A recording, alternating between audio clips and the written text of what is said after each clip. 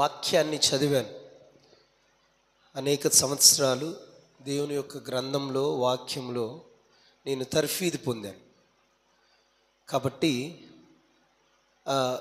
వాక్యం యొక్క విలువ, వాక్యం యొక్క పరిజ్ఞానం దేవుడు నాకు ఇచ్చున్నాడని నేను నమ్ముతున్నాను.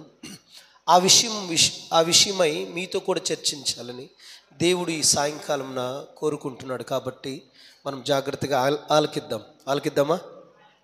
సరే.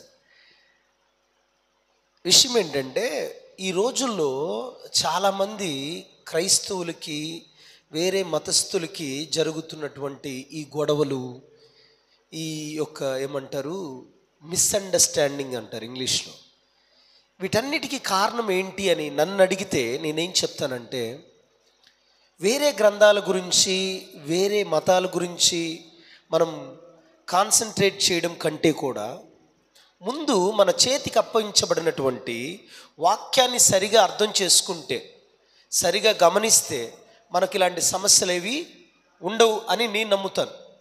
ఎందుకంటే అసలు మీరు బైబిల్ని సరిగా చదువుంటే అసలు పాపం ఈ లోకంలోకి రావడానికి గల కారణం ఏంటి అంటే, దేవుని మాటని సరిగా అర్థం చేసుకోకపోవడం వల్ల వచ్చిన సమస్య.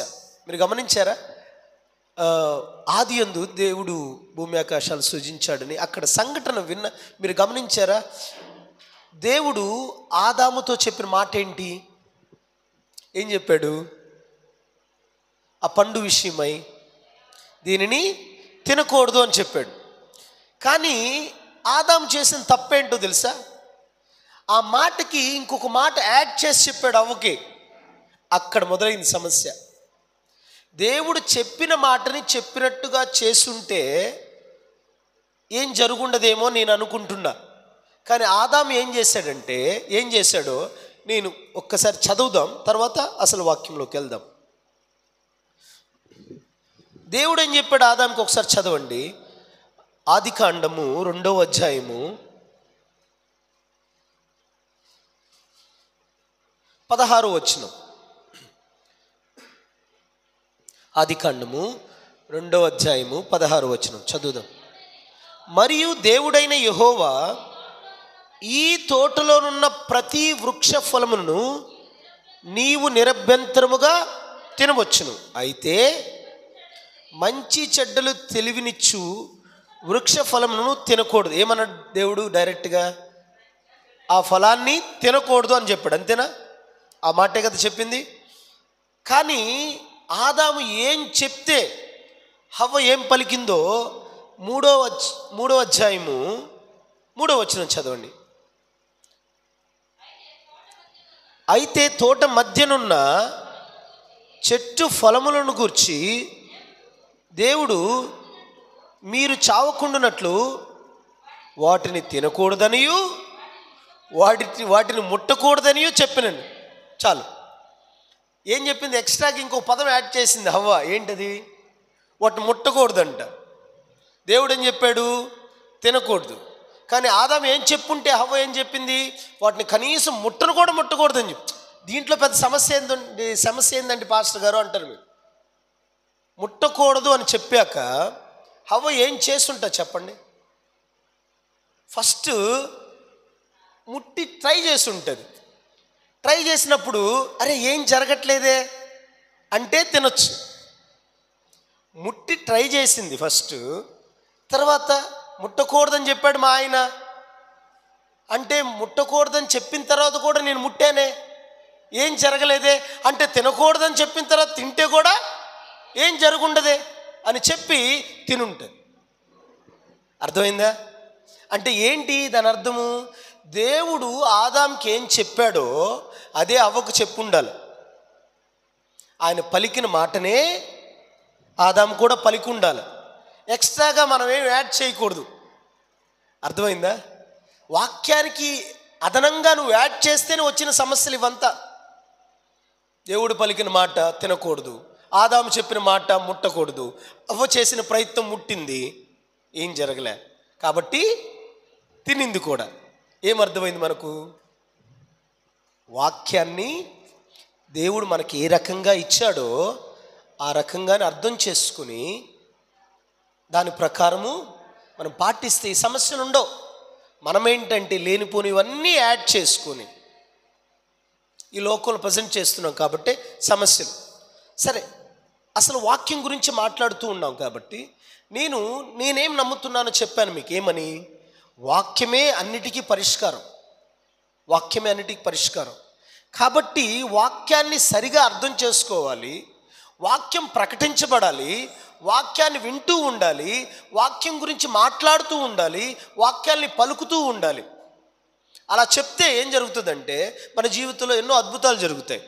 దానికి ఒక ఉదాహరణగా ఒకసారి మీ దగ్గర బైబిల్ గ్రంథాలు ఉన్నట్లయితే లూకాసు వార్త 5వ అధ్యాయము, లూకాసు వార్త 5వ అధ్యాయము మొదటి వచనం నుంచి వచనం తర్వాత వచనం వెంబడి వచనం చదువుదాం. జాగ్రత్తగా గమనించుకోండి. This is a Bible study కాబట్టి, ఇది బైబిల్ స్టడీ కాబట్టి మనం వచనం తర్వాత వచనం చదువుతూ ముందుకెళ్దాం. చదువుదాం. జన సమూహము దేవుని వాక్యము వినుచు ఆయన మీద పడుచుండగా, జాగ్రత్త వినండి ఒక్క నిమిషం. జన సమూహం అంట యేసుక్రీస్తు వారి లోకంలో ఉన్నప్పుడు ఆయన మాట్లాడే మాటలు వినడానికి ఆయన చుట్టూ చేరి ఆయన మీద పడుతూ ఉన్నారంట. అంటే ఏంటి అర్థం? ఆయన మాటలు అంత స్పెషల్గా ఉన్నాయి, ఆయన మాటలు చాలా వినసొంపుగా ఉన్నాయి. ఇంతకు మునుపు వాళ్ళు విన్న మాటలకి ఈయన మాటలకి ఏదో వ్యత్యాసం, ఏదో డిఫరెన్స్ కనపడింది. కాబట్టి వీళ్ళకి యేసయ్య పలుకుతున్న మాటలు వాళ్ళకి చాలా బాగా అనిపించి జనసమూహం కుమ్ము కూడేశారంట ఆయన చుట్టూ, ఆయన మీద పడుతూ ఉన్నారంట. అంతకుముందు పరిసయ్యులు మాట్లాడారు, సద్దుకాయులు మాట్లాడుతున్నారు, ధర్మశాస్త్ర నిపుణులు చాలామంది మాట్లాడుతూ ఉన్నారు, కానీ వాళ్ళ చుట్టూ జనాలు లేరు. కానీ యేసుక్రీస్తు వారు మాట్లాడితే ఏదో స్పెషల్. కాబట్టి ఆయన చుట్టూ చేరి ఆయన వాక్యాన్ని వినడానికి, ఆలకించడానికి వాళ్ళు ఇష్టాన్ని వ్యక్తపరుస్తూ ఉన్నారు, ఆయన మీద పడుతూ ఉన్నారంట. తర్వాత చదవండి.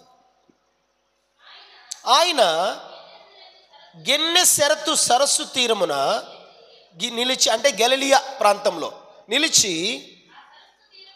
ఆ సరస్సు తీరమునున్న 2 దోణిలను చూచెను. బాగా వినండి. అంతమంది జనంలో ఆయన కన్ను 2 దోణిల మీద పడిందంట. ఎక్కడ? సరస్సు తీరమున. సహజంగా ఓడలు లేదా దోణిలు ఎందుకుంటాయి? వెళ్ళి చేపలు పట్టడానికి దోణిలు ఉంటాయి. కానీ ఈ 2 దోణిలు ఖాళీగా ఏ పని లేకుండా సరస్సు తీరాన ఉండడం యేసయ్య కన్ను, యేసయ్య చూపు వాటి మీద పడిందంట. ఎందుకు ఖాళీగా ఉన్నాయని నేను చెప్తున్నానంటే, ఆ టైంలో, ఆ సమయంలో దోణులు ఎక్కడుండాలి? సముద్రంలో ఉండాలి. దోణులు ఏ పని మీద ఉండాలి? చేపలు పట్టే పనిలో ఉండాలి.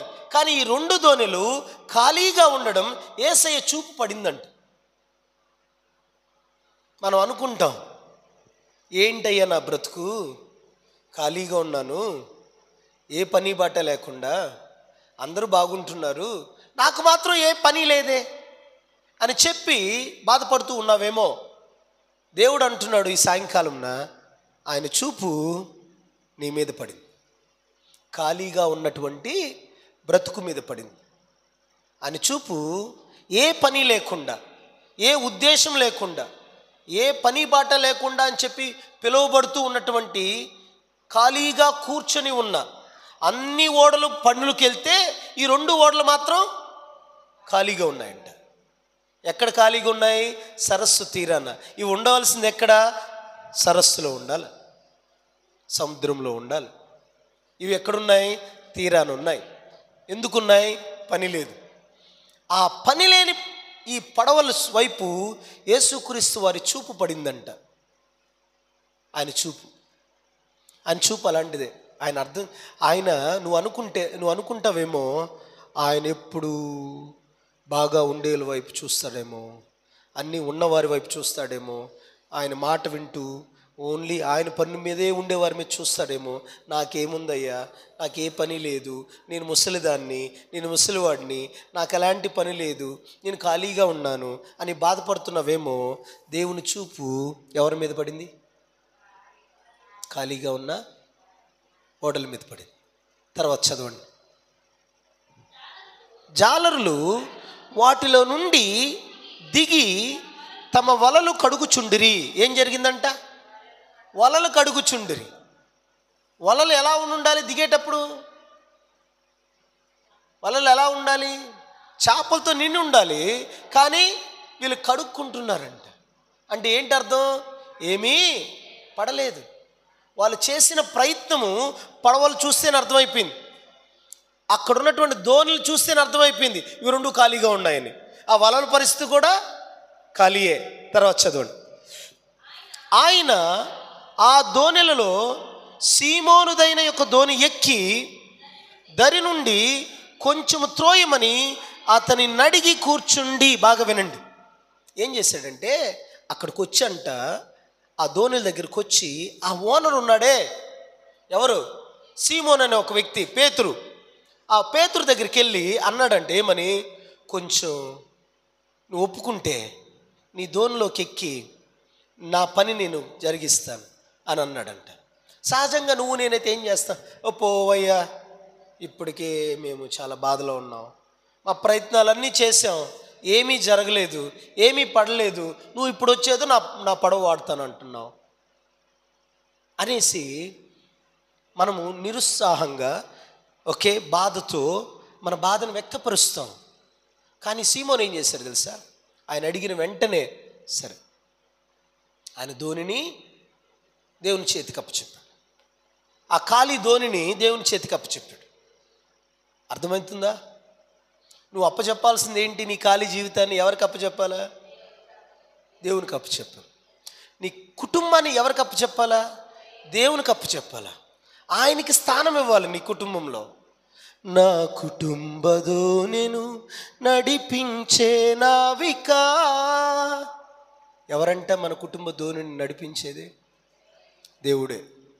ఆయన నడిపిస్తాడు, ఆయనకి అప్పచెప్పాలా. అర్థమవుతుందా? ఎవరు నడిపించాలి? మన నావని దేవుడే నడిపించాలి. ఒక మంచి ఫ్యాక్టర్ చెప్తాను వినండి. దేవుడు నోవహుకి ఆ పడవను తయారు చేయమన్నప్పుడు అన్ని కొలతలు చెప్తాడు. దాని పొడవు ఎంత ఉండాలి, దాని వెడల్పు ఎంత ఉండాలి, ఇంత ఎత్తు ఉండాలి, ఇన్ని మూరలు ఉండాలి, అన్నీ చెప్పి దేవుడు ఒకటి చెప్పడు. ఏంటో తెలుసా? ఏ ఓడ నడవాలన్నా, ముందుకెళ్ళాలన్నా దాన్ని నడిచే తెడ్డు ఉండాలి కదా, ఉండాలి కదా. దాని విషయం అన్న మాట్లాడాడే దేవుడు? మాట్లాడు. ఎందుకు తెలుసా? నేను నడిపించేది. హల్లెలూయా. ఏంటి? నేను నడిపించేది. అడుగుండొచ్చు కదా నోవహు, నాయనా అన్నీ చెప్పావే, ఇది కదలాలంటే, ముందుకు కదలాలంటే ఇది ఉండాలి కదా. దాని గురించి నువ్వు అడగొద్దు.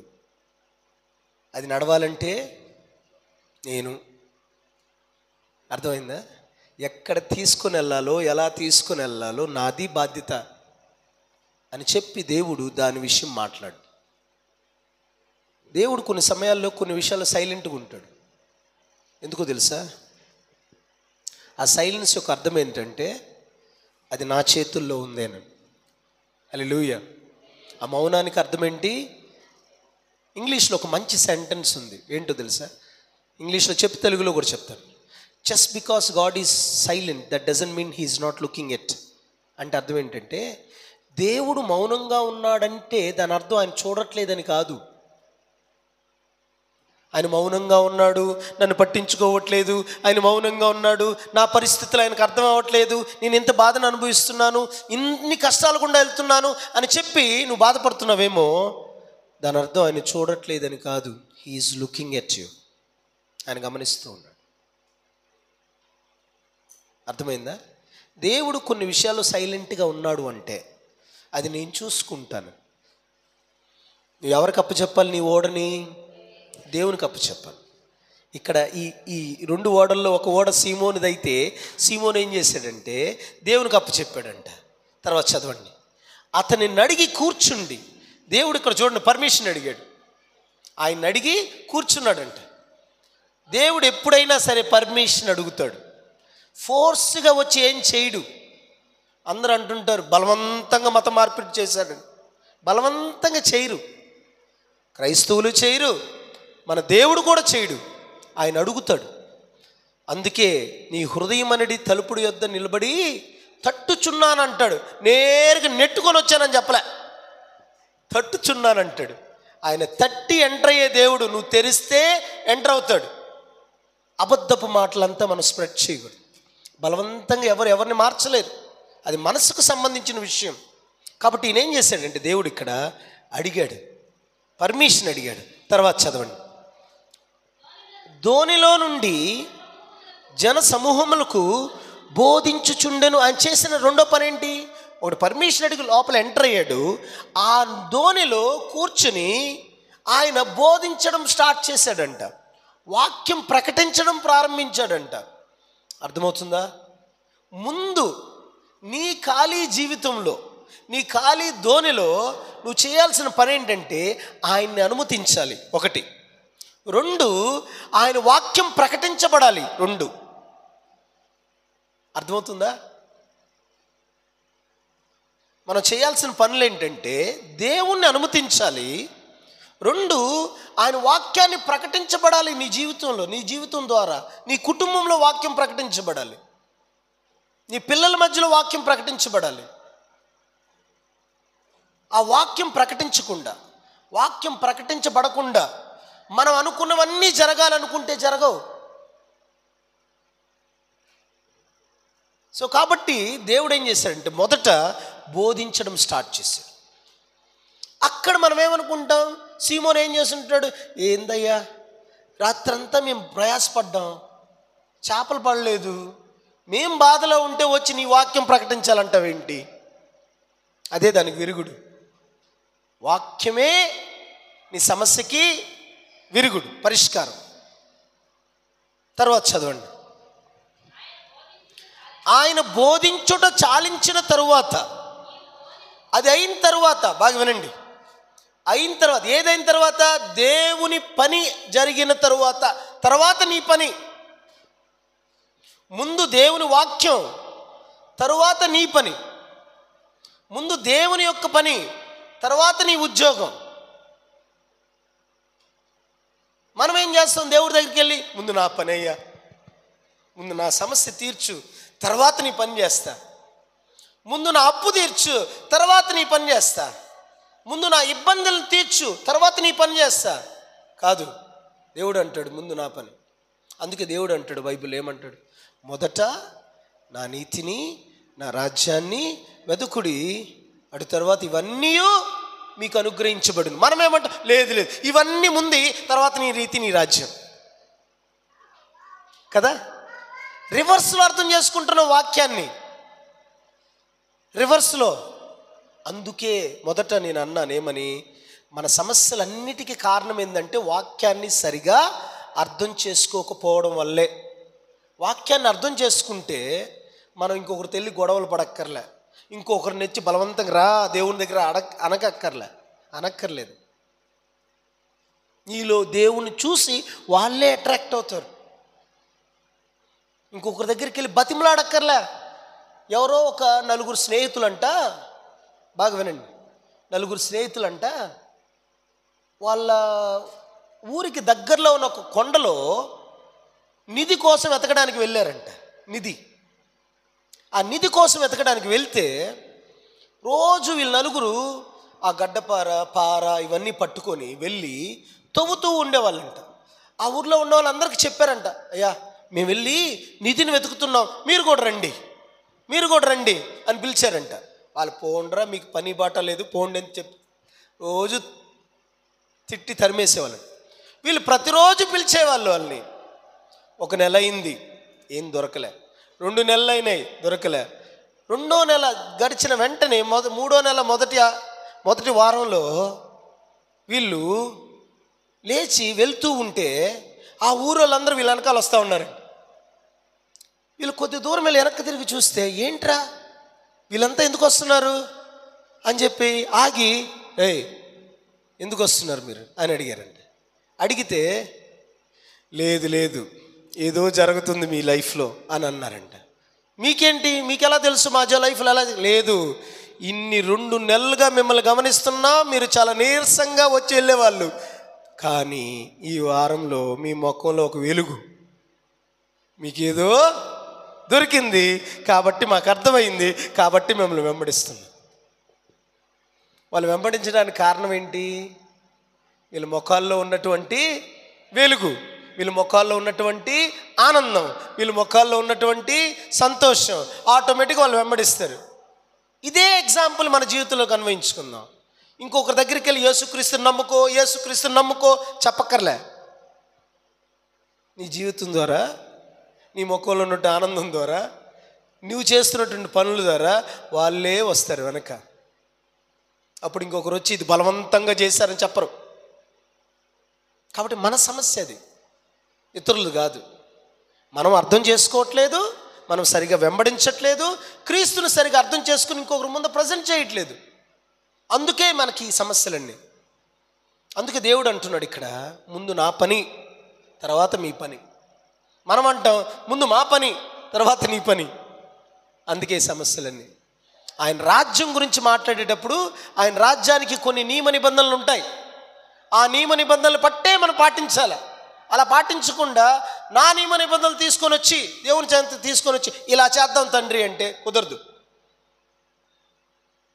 ఎవరి రాజ్యంలో వారి రూల్సే. ఇది దేవుని రాజ్యం, ఆయన రూల్స్ నువ్వు పాటించాలి. నీ రూల్స్ తీసుకొని వచ్చి కలపకూడదు. ఆయన తయారు చేసే బిర్యానీలో నువ్వు ఉప్పు వేయకూడదు. ఉదాహరణ చెప్తున్నా, ఆయన వంట తయారు చేశాడు అనుకోండి, దాంట్లో నువ్వు వచ్చి ఇంగ్రీడియంట్స్ వేయకూడదు. నీ వస్తువులను ఇది 1/2 కిలో వేద్దామా తండ్రి, ఇది 1 కిలో వేద్దాం. ఆగు, ఇది నా రాజ్యం, నేను కట్టుకుంటున్నా, నువ్వు చెప్పినట్టుగా పని చేయదు. ఇక్కడ నేను ఒక రూల్ చెప్పా, ఏంటి? మొదట నా రాజ్యము, నా నీతి, తర్వాత మీవి. నువ్వేమంటున్నావు? ముందు నా సమస్యలు, నా ఇబ్బందులు, నా అప్పులు, తర్వాత నీ రాజ్యం తండ్రి. కుదరదు. తర్వాత చదవండి. నీవు దోణెను లోతునకు నడిపించి చేపలు పట్టుటకు మీ వలలు వేయుడని సీమోనుతో చెప్పగా. బాగా వినండి. మొదట ఆయన పని అయిపోయింది, వాక్యం ప్రకటించబడింది. ఆయన ఆయన ఒక దోణిని ఉపయోగించుకున్నాడు దేవుడు. తరువాత అంటున్నాడు, పద ఇంకా ఇప్పుడు నీ పని కొంచెం లోతుకు నడిపించు. కొంచెం లోతుకు నడిపించంటే లోపలికి వెళ్ళి వలలు వేయమంటే తర్వాత సీమోన్ అంటున్నాడు, చూడండి ఏమని, ఏలినవాడా రాత్రి ఎంతయు మేము ప్రయాసపడితిమి కానీ మాకేమీ దొరకలేదు. ఒక్క నిమిషం. ఏంటంట? రాత్రంతా మేము ప్రయత్నం చేసాం, మాకేమీ దొరకలే. ఇంతకాలం మేము మా ప్రయత్నాల్లో మేమున్నాం, మాకేం జరగలే. ఈ ప్రయత్నానికి వీళ్ళకు లభించే దానికి మధ్యలో ఏం జరిగింది చెప్పండి? వాక్యం ప్రకటించబడింది. వాక్యం ప్రకటించబడిన తరువాత, ఆయన రాజ్యానికి మొదటి స్థానం ఇచ్చిన తరువాత అందుకు దేవుడు అంటున్నాడు లోతుకు నడిపించంటే సీమోన్ అంటాడు ఏమని, మేము ప్రయత్నం చేశామయ్యా, ఏమీ జరగలేదు. అయినను నేను ఎంత స్కిల్ఫుల్ తెలుసా నీకు యేసయ్యా? ఎన్ని సంవత్సరాలుగా ఈ పనిలో ఉన్నానో తెలుసా? నువ్వేంటి, నువ్వెవరో తెలుసా? ఎవరు యేసయ్య? ఈ లోకంలో ఆయన చేసిన పని ఏంటి? వడ్రంగివాడు. ఏంటి? వడ్రంగివాడు వచ్చి చేపలు పట్టే జాలరికి సలహా ఇస్తే ఒప్పుకుంటాడా? అర్థమైందా? కానీ ఒప్పుకున్నాడు. ఎందుకో తెలుసా? ఆయన మాటలు విన్నాడు అక్కడ నిలబడి. ఆయన మాటలు మిగిలిన వాళ్ళ కంటే డిఫరెంట్గా ఉన్నాయి. కాబట్టి అయినను, నువ్వు చెప్తున్నావు కాబట్టి చదువుతామా? అయినను నీ మాట చొప్పున వలలు వేతునని ఆయనతో చెప్పాను. దేవుని మాట చొప్పున నేను చేశానయ్యా నా ప్రయత్నం అంతా, అయినా జరగలే. కానీ నువ్వు చెప్పావే కాబట్టి నేను చేస్తా. నువ్వు చెప్పావు కాబట్టి నేను చేస్తా. దేవుడు చెప్తే అది ఇబ్బంది అయినా, అది బాధ అయినా, అది ఇరుకైనా నువ్వు చేస్తే ఫలితాలను అనుభవిస్తావు, ఫలితాలను చూస్తావు. తర్వాత చదువుదాం. వారు అలాగు చేసి విస్తారమైన చేపలు పట్టిరి.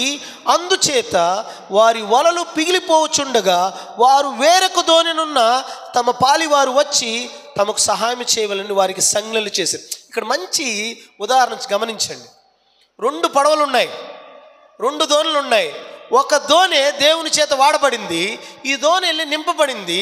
ఈలోపు ఇది ఎంతగా నింపబడిందంటే దీన్ని తట్టుకోలేక ఇంకొక దోణి ఎందుకు చూసారా ఖాళీగా, దాన్ని తీసుకురండి. ఏమంటున్నారు? దాన్ని తీసుకురండి అని సంజ్ఞలు చేశారంట. కొన్ని సైకిల్ చేశారంట గట్టిగా దూరం నుంచి, దాన్ని తీసుకురండి అంటే ఏంటి అర్థం? నువ్వు దేవుని చేత వాడబడి నింపబడితే దాని ఫలితాలు ఖాళీగా ఉంటాయి. చూసారు మిగతా దోణులు, దేవుడు అంటే తెలియకుండా ఉండే దోణులు, దేవుణ్ణి ఎక్స్పీరియన్స్ చేయకుండా ఉండే దోణులు, వాళ్ళు కూడా ఎక్స్పీరియన్స్ చేయాలి, వాళ్ళు కూడా నింపబడాలి. ఎలా నింపబడతారు వాళ్ళు? నీ ద్వారా వాళ్ళు ఫలితాన్ని అనుభవించాలి. ఎలా ఫలితాన్ని అనుభవిస్తారు? నువ్వు దేవుని రాజ్యాన్ని మొదటి స్థానం ఇచ్చిన దాని ద్వారా నీకు జరిగిన మేలు నిండి పొంగి పొర్లి వాళ్ళకి వెళ్ళాలి. ఇది కదా సువార్త అంటే. మైక్ పట్టుకొని గట్టిగా అరవాలా సువార్తలకి? సువార్త చెప్పకూడదని కాదు. ఎందుకు మనం వెళ్ళి వాళ్ళ దేవాలయాల వాళ్ళ దగ్గరికి వెళ్ళి అట్లా అని గట్టిగా అరవడం? ఎలా ప్రకటించాలి సువార్త? నువ్వు దేవుడు చెప్పిన మాట వినడం ద్వారా నీ జీవితంలో నువ్వు అనుభవించిన ఫలితాలు పొంగి పొర్లి ఇంకొక ఖాళీ ఉన్న దోణిలోకి వెళ్ళాలి. అది సువార్త. సమస్య ఏంటంటే మనము దేవుడు ఎంత మంచి దేవుడో అని పాటలు అయితే వింటూ ఉన్నాం, పాడుతూ ఉన్నాం, కానీ మన జీవితంలో ఇతరులకు కనబడట్లే. అందుకే దేవుడు నమ్ముకోవట్లేదు చాలామంది. మన జీవితాల ద్వారా వాళ్ళకి కనపడాలి. మాటలు అయితే వినపడుతున్నాయి, మాటల ద్వారా రెచ్చగొడుతున్నాం వాళ్ళని. మన పనుల ద్వారా దేవుని దగ్గరికి వాళ్ళని ఆకర్షించట్లే. కాబట్టి వాక్యమును ముందుగా మనం సరిగా ప్రకటించబడాలి. మన జీవితంలో, మన గృహంలో ప్రకటించబడాలి, మన జీవితంలో ప్రకటించబడాలి, మన ఇంట్లో ప్రకటించబడాలి. ఇవన్నీ జరిగితేనే బాగుంటుంది. ఇవన్నీ జరగకుండా ఓన్లీ ఏదో ఉన్నామంటే ఉన్నాం, పోతున్నామంటే కుదరదు. అది ఏ పరిస్థితిలో ఉన్నా. ఇప్పుడు సహజంగా మనమేమనుకుంటాం, దేవుడికి నేను ఇష్టం లేదేమో, నాతో ఏం పని లేదేమో అని అనుకుంటాం. కానీ దేవుడు అంటాడు నీతోనే పని. నోవాహుకి ఎప్పుడు చెప్పాడు? ఆయన 600 సంవత్సరాల వయసులో ఉన్నప్పుడు ఆయనకు ఒక పని అప్పచెప్పాడు. వయసుకు సంబంధం లేదు, ఆయనకు ఒక పని అప్పచెప్పాడు, ఆ పని చేశాడు. అలానే ఇక్కడ కూడా ఏంటంటే ఆ ఖాళీగా ఉన్న దోణిలోకి ఈ దోణిల యొక్క ఫలితాలు నింపబడ్డాయి. దాని తర్వాత వెంటనే సీమోన్ ఏం చేశాడు తెలుసా? వచ్చి దేవుడి దగ్గరికి వచ్చి అర్థమైపోయింది. ఏమని అర్థం? చదవండి 8వ వచనం. సీమోని పేతురు అది చూచి యేసు మోకాళ్ళ ఎదుట సాగిలపడి, ప్రభువా నన్ను విడిచి పొమ్ము, నేను పాపాత్ముడని చెప్పాను. ఏంటి? ఎవరైనా వాళ్ళు అనుకున్నవి జరిగితే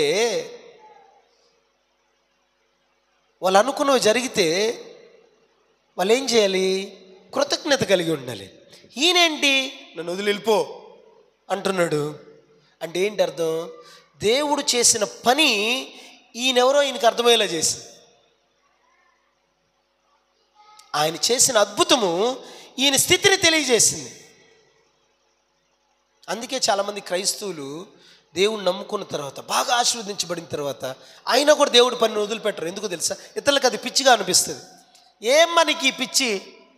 డబ్బు ఉంది కదా, ఊరికే కూర్చొని ఒక దగ్గర తినొచ్చు కదా, ఏమయ్యా నీకు ఈ పిచ్చి అంటే, దేవుణ్ణి ఒక్కసారి ఎక్స్పీరియన్స్ చేసిన తరువాత నువ్వు ఆయన వదిలిపెట్టలేవు. ఆయన కోసం బతకడానికి ట్రై చేస్తావు. నీ స్థితి అర్థమవుతుంది. ఆయన ఎక్స్పీరియన్స్ చేయని వాళ్ళు మాట్లాడే మాటలు ఇవంతా. ఈ లోకంలో చాలామందికి యేసుక్రీస్తు అంటే అర్థం కావట్లేదు. కారణం ఏంటో తెలుసా? వాళ్ళకి అనుభవించలే దేవుణ్ణి. ఒక పెద్ద మీటింగ్ జరుగుతుందంట. ఆ మీటింగ్లో నాస్తికులంతా వచ్చి కూర్చోన్నారంట. నాస్తికులు అంటే తెలుసు కదా ఎవరు? దేవుడు లేడు అని చెప్పి నమ్మేవాళ్ళు. వాదిస్తూ ఉన్నారంట, దేవుడు లేడు అని. అందరూ వాదించేసి అయిన తర్వాత లాస్ట్గా ఒక వ్యక్తి వచ్చి మైక్ తీసుకొని అన్నాడంట, ఈరోజు మనం చర్చించుకున్న అంశం ప్రకారం మనం తీసుకున్న నిర్ణయం ఏంటంటే, లేదు, మనకు అర్థమైందంటే దేవుడు నిజంగానే లేడు అని సమాప్తం, కన్క్లూషన్ ఇచ్చారంట. ఎవరన్నా ఉన్నారా దేవుడు ఉన్నాడని చెప్పేవాళ్ళు అని అడిగారు. అప్పుడు ఒక పెద్ద ఆయన లేచి మెల్లగా ఇట్లా వంకొని నడుచుకుంటూ స్టేజీ దగ్గరికి వచ్చాడు. స్టేజీ దగ్గరికి వచ్చి పైకి వెళ్ళి మైక్ ముందు నిలబడి అందరు ఇలానే చూస్తున్నారంట. ఏం మాట్లాడతాడని తన జోబీలో చేయి పెట్టి ఒక కమలా పండు తీశాడంట.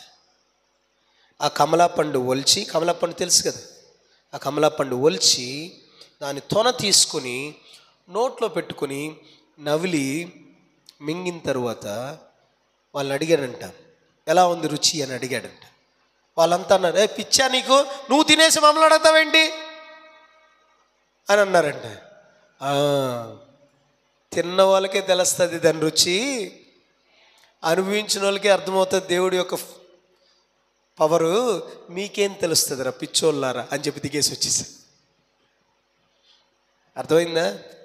కాబట్టి దేవుడు ఏంటి అనేది అనుభవించిన వాళ్ళకి అర్థమవుతుంది. అనుభవించిన వాళ్ళు ఏమంటారు, ఇది ఆ మతం, ఇది ఈ కులం, ఇది ఆ దేవుడు, మా దేవుడు కాదని మాట్లాడే వాళ్ళు చాలామంది ఉండొచ్చు. మనం చెప్పాల్సింది ఒకటే, అనుభవించిన వాళ్ళకి అర్థమవుతుంది. లాస్ట్కి నా దగ్గరకు వద్దు తండ్రి అని చెప్పిన తర్వాత మరలా ఏం చేశాడు చూడు, నన్ను విడిచిపోమని చెప్పింది. ఏలైనగా వారు పట్టిన చేపలు రాశికి అతడును అతనితో కూడిన వారందరూ విస్మయం పొందారంట. ఎందుకు వెళ్ళమన్నాడు? ఆశ్చర్యపోయారంట. తర్వాత ఆ ఆశ్చర్యం ఎలా నడిపించిందో తెలుసా? 11వ వచనం చదవండి. వారు దోణులను దరికి చేర్చి సమస్తమును విడిచిపెట్టి ఆయన వెంబడించింది. ఇది ఆశ్చర్యం. ఇంకా ఫుల్గా నింపబడితే ఏం చేస్తాం చెప్పండి? అమ్మో ఇన్ని చేపల పద అమ్ముకుందామని వెళ్ళాల్సిన వాళ్ళు అవన్నీ అక్కడ వదిలేసి ఈయన అనుకోలేరు. ఎందుకు ఎలా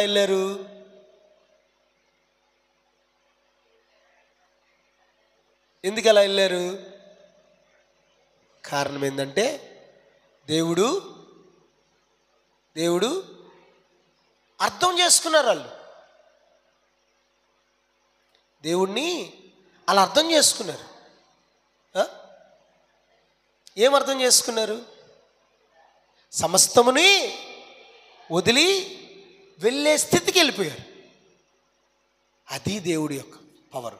ఆయన రమ్మని చెప్పలే, నన్ను వెంబడించని కూడా చెప్పలే. వాళ్ళకి వాక్యం అలాగా అర్థమైంది. ఆ వాక్యం అర్థమైన తర్వాత వాళ్ళు ఏం చేశారంటే దేవుణ్ణి అన్నిటిని వదిలిపెట్టేసి వెళ్ళిపోయారు. అప్పుడు దాకా నాకు చేపలు, నా పడవలు, నా దోణులు అని చెప్పుకో తిరిగిన వీళ్ళు దేవుడు చేసిన ఒక కార్యానికి అన్నిటి వదిలిపెట్టి వెళ్ళిపోయారు. అందుకే ఈ లోకానికి ఇది అర్థం అవ్వట్లే. ఎందుకురా ఈ క్రైస్తవులు పిచ్చోళ్ళలాగా దేవుడు అని తిరుగుతారు, అన్నిటిని వదిలిపెట్టేసి ఎందుకు తిరుగుతారు అని చెప్పి ఆలోచిస్తూ ఉంటే ఈ ఎగ్జాంపుల్ అర్థమవుతుంది. ఏంటి? పేతురు ఆయన ఎవరో తెలుసుకున్నాక అన్నిటిని విడిచిపెట్టి ఆయన వెంబడించడం ప్రారంభించాడు. కాబట్టి నా ప్రియ సంగమా, ఏమర్థమవుతుంది మనకు? కూర్చో. ఏమర్థమైంది? వాక్యము వినాలి, వాక్యము ప్రకటించబడాలి. వాక్యం వింటూ ఉంటే మన జీవితాల్లో కార్యాలు జరుగుతాయి. వాక్యం వినకుండా ఊరికే వచ్చి కూర్చొని కొద్దిసేపు నిద్రపోయి, మరి కొద్దిసేపు ఏదో మాట్లాడుకొని వచ్చి వెళ్ళిపోయి, ఆయన ఈరోజు పాస్టర్ అట చెప్పాడు, ఆ రోజు పాస్టర్ ఇట చెప్పాడు, ఆ పాస్టర్ ఇట్ట అంట, ఈ పాస్టర్, ఇవి మనకు అనవసరం. ఆ వాక్యాలు వినడానికి రావాలి మనం. ఆ సంఘం ఇట్లా, ఈ సంఘం అట్లా. అసలు ఈ సంఘాల మధ్య సమస్యలు ఎందుకో చెప్పనా? వాక్యం అర్థం చేసుకునే విషయంలోనే సమస్యలు. వాక్యం అర్థం కాక ఇన్ని సమస్యలు, ఇన్ని సంఘాలన్నీ. చిన్నప్పుడు నేను ఈ మధ్య కాలం మొన్న రాహుల్ పాస్టర్తో నేను ఒక ఎగ్జాంపుల్ చెప్పాను. చిన్నప్పుడు 5 మంది కళ్ళు లేని వాళ్ళు, గుడ్డి వాళ్ళంట, ఏనుగు ఎలా ఉండాలో చూడడానికి వెళ్ళారండి. విన్నారా ఈ కథ? వెళ్తే ఆ కళ్ళు లేని వాళ్ళు వెళ్ళి ఏనుగులు ఇలా పట్టుకున్నారండి. ఒకడు పొట్ట పట్టుకొని, ఓయమ్మ ఏనుగు కొండలాగా ఉంటుంది రా అన్నాడండి. ఇంకొకడు చెవులు పట్టుకొని, ఏనుగు చాటలాగా ఉంటుంది రా, కొండలాగా కాదన్నాడండి. ఇంకొకడు తోక పట్టుకొని, ఏనుగు చాటలాగా కాదు, కొండలాగా కాదు, పాములాగా ఉంటుంది అన్నాడు. ఇంకొకడు కాలు పట్టుకొని, చాటలాగా కాదు, కొండలాగా కాదు, పాములాగా కాదు, ఏనుగు స్తంభంలాగా ఉంటుంది అన్నాడండి. ఇవన్నీ ఏనుగులోనే ఉన్నాయి కదా. కానీ సమస్య ఏంటి ఇక్కడ? ఈ కళ్ళు లేని వాళ్ళు ఒకదాన్నే పట్టుకొని ఇదే ఏనుగు అన్నారు. అది సమస్య. ఇప్పుడు ఇన్ని సంఘాలు ఎందుకు వచ్చాయి మీకు అర్థమవుతుందా? బైబిల్లో ఇవన్నీ ఉన్నాయి. కానీ ఈ కళ్ళు లేని వాళ్ళు ఏం చేశారు? ఒకే వాక్యాన్ని పట్టుకొని ఇదే కరెక్ట్, మా సంఘమే కరెక్ట్, ఈ వాక్యమే కరెక్ట్, మా సంఘం ఒక్కటే పరలోక రాజ్యానికి వెళ్తుంది, మిగతా సంఘాల వాక్యాలు ఎల్లో అంటే ఏంటి అర్థం? ఇవన్నీ బైబిల్లో ఉన్నవే. కాకుంటే ఈ కళ్ళు లేని వాళ్ళు, ఏ కళ్ళు లేని వాళ్ళు? వాక్యాన్ని పూర్తిగా చదవకుండా ఒకే వాక్యాన్ని పట్టుకొని, ఒకే కాళ్ళను పట్టుకొని, ఒకే తోకను పట్టుకొని, ఒకే చెవును పట్టుకొని ఇదే ఏనుగు, ఇదే దేవుడు, ఇదే సంఘం అనే వాళ్ళు చేసే తప్పిదాలు ఇవంతా. కాబట్టి ఏం చేయాలి చెప్పండి? వాక్యాల్ని పూర్తిగా చదవాలి, వాక్యాల్ని అర్థం చేసుకోవాలి, వాక్యాల్ని పాటించాలి. ఇవన్నీ చేస్తే దేవుడు గొప్పగా మన జీవితాలు అద్భుతాలు జరుగుతాయి. దాని తర్వాత ఎవరిని బలవంతం చేయక్కర్లేదు. మన జీవితం ద్వారా మన కుటుంబం నింపబడే ఆశీర్వాదాలు ఇంకొకరి ఖాళీ జీవితాల్లోకి ప్రవహింపబడాలి. అర్థమవుతుంది కదా? కాబట్టి ఇక్కడ జరిగిన ఈ అద్భుతంలో మనకు బాగా అర్థమైన విషయం ఏంటంటే వాక్యం. వాక్యం అర్థం కాకే సమస్యలన్నీ. కాబట్టి నా ప్రియ సంగమా, ఈ రోజు నుంచి వాక్యం వినడానికి వేగిరపడదాం, వాక్యాన్ని అర్థం చేసుకోవడానికి తొందరపడదాం, వాక్యాన్ని పాటించడానికి తొందరపడదాం. అంతేగాని వెళ్ళిపోయి ఇంకొకరితో వాదనలు అవసరం లేదు. మనకు వాదనలు పెట్టుకుంటే ఏంటి అర్థం? మనం కూడా ఇంకొక గుడ్డివాళ్ళలాగా అనమాట. ఇదే కరెక్ట్, అదే కరెక్ట్. బైబిల్లో 2 గుడ్డివాళ్ళు, ఒక ఆయన ఈ ఉదాహరణ చెప్పాడు. 2 గుడ్డివాళ్ళు గొడవలు వేసుకున్నారంట. ఎవరా గుడ్డోళ్ళు అంటే యేసుక్రీస్తు ద్వారా స్వస్థత పొందుకున్న వాళ్ళంట. 2. ఒక గుడ్డోడు అన్నాడంట, రే నన్ను యేసయ్య స్వస్థపరిచాడు రా అన్నాడంట. ఇంకో గుడ్డోడు అన్నాడు, నన్ను రా స్వస్థపరిచింది అన్నాడంట. అవునా, సరే నిన్నెట్ట చేశాడు చెప్పు, నిన్నెట్ట స్వస్థపరిచాడు చెప్పు అని అడిగాడంట. ఈ కళ్ళేనోడు అన్నాడంట, నన్ను ఎట్ట స్వస్థపరిచాడంటే ఆయన చేతులు నా కంటికి తాకంగానే నేను స్వస్థపడిపోయాడు అన్నాడు. దానికి ఇతను అన్నాడు, అబద్ధాలు చెప్పద్దు, యేసయ్య అట్ట చేయడు ఎప్పుడు. యేసయ్య ఏం చేస్తాడంటే ఎంగిలి ఊసి దాన్ని మట్టిలో కలిపి పూస్తాడు నాకు, అప్పుడు నాకు స్వస్థత కలిగింది అన్నాడంట. ఆయన ఎప్పుడు ఎంగిలి వాడ్డు, నన్ను అట్ట తాకాడు, నన్ను ఇటు వాదించుకుంటూ గొడవలు వేసుకున్నారండి. ఈ 2 గుడ్డోళ్ళు బైబిల్లోనే ఉన్నారు కదా. ఇద్దరిని స్వస్థపరిచింది ఎవరు? యేసయ్యే. కానీ వీళ్ళు వాదించుకోవడం అవసరమా? కాబట్టి సమస్య ఎందుకు వస్తుంది? దేవుడు సమయానికి తగ్గట్టుగా, పరిస్థితులకు తగ్గట్టుగా అన్ని వాక్యాలని, అన్ని పరిస్థితుల్ని చేస్తున్నాడు బైబిల్లో. మనం వీటిని పట్టుకొని వాదించుకోవడం అవసరం కాదు. అర్థం చేసుకొని దేవునికి దగ్గర అవ్వడం ఇంపార్టెంట్. అర్థమవుతుందా? దేవుడి వాక్యాన్ని తన వెనుకల్లో దీవించును గాక. కళ్ళు మూసుకుందాం, ప్రార్థన చేసుకుందాం.